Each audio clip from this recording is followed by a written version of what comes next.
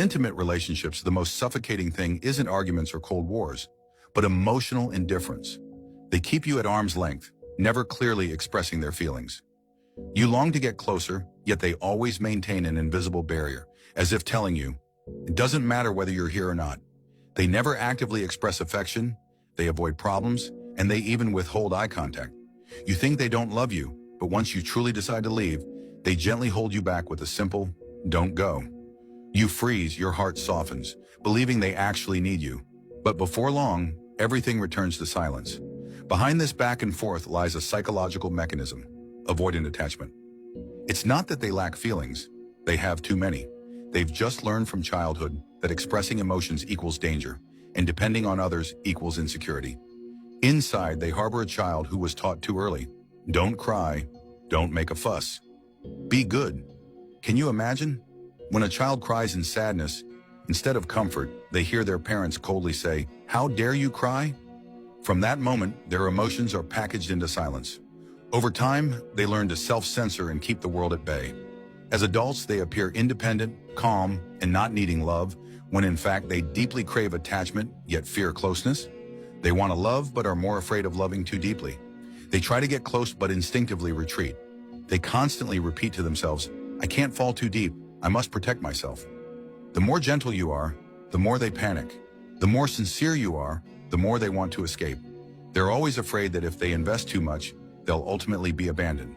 So they preemptively close their hearts, disguising fear as coldness and using distance to mask their vulnerability. It's not that they don't want to love you, they just don't know how. They reject intimacy, touch, and commitment, not because they don't care, but because they care too much. They need to control everything, including their emotions and your proximity. Even when you reach out during their most vulnerable moments, they'll pretend not to care, then quietly turn away to heal alone. What's harder is that they've suppressed their emotions for so long that they can't see yours either.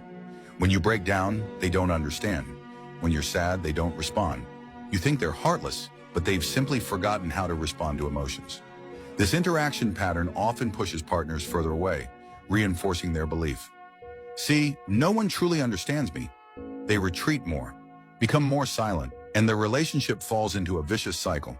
But understand that the underlying logic of avoidant attachment isn't coldness. It's deep insecurity and self-protection. They're like high-functioning machines, cold on the outside but hiding a warm little sun inside. They don't lack desire for love. They fear they can't bear the weight of that love. So they channel their emotions into career, studies, or hobbies, areas that are safe, controllable, and don't require vulnerability. They achieve through their own efforts, maintaining internal order with I don't need anyone, but this can never replace genuine emotional connection. Intimate relationships are our deepest sense of belonging. So if you're loving someone with avoidant attachment, don't rush to accuse or blindly accommodate. They aren't monsters. They're just people who haven't been treated gently for too long. As the saying goes, the opposite of love isn't hate, but indifference. And they simply haven't learned how to catch those three words. I love you. Emotional balance is key to every relationship. If you agree with these thoughts, follow me to explore more relationship tips,